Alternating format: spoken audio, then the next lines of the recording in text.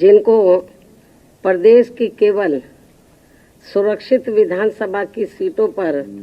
अपने अपने समाज को बीएसपी में जोड़ने की विशेष जिम्मेवारी सौंपी गई है।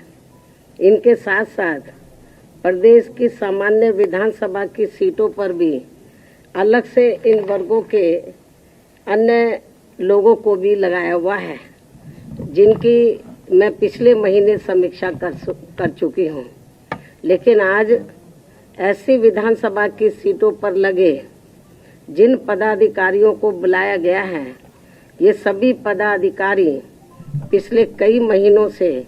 अपने अपने क्षेत्र में इस कार्य में पूरे जी जान से लगे हैं और आज मेरे खुद के द्वारा इनके कार्यों की गहन समीक्षा करने के लिए ही इन्हें प्रदेश कार्यालय लखनऊ में बुलाया गया है। वैसे आप लोगों को ओबीसी वर्गों के बारे में ये मालूम होना चाहिए कि आज यूपी सहित पूरे देश में अति पिछड़े वर्गों के लोगों को विशेषकर शिक्षा एवं सरकारी नौकरियों आदि में जो इन्हें आरक्षण संबंधी सुविधाएं मिली हैं, तो ये सब वास्तव में पूरी की पूरी देन देश के करोड़ों दलितों, आदिवासियों एवं अन्य पिछड़े वर्गों के मसीहा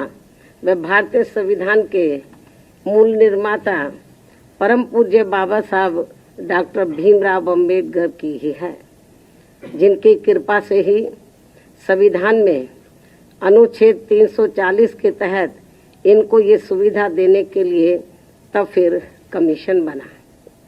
लेकिन इस मामले में अति दुख की बात ये भी रही है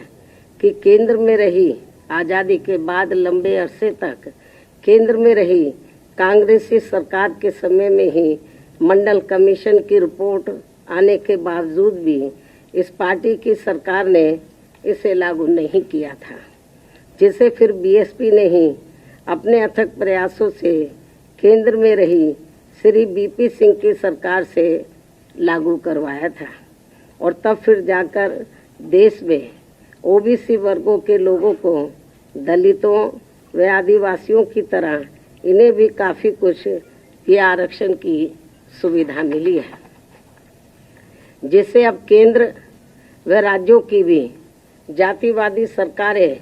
इनके आरक्षण को आए दिन नए नए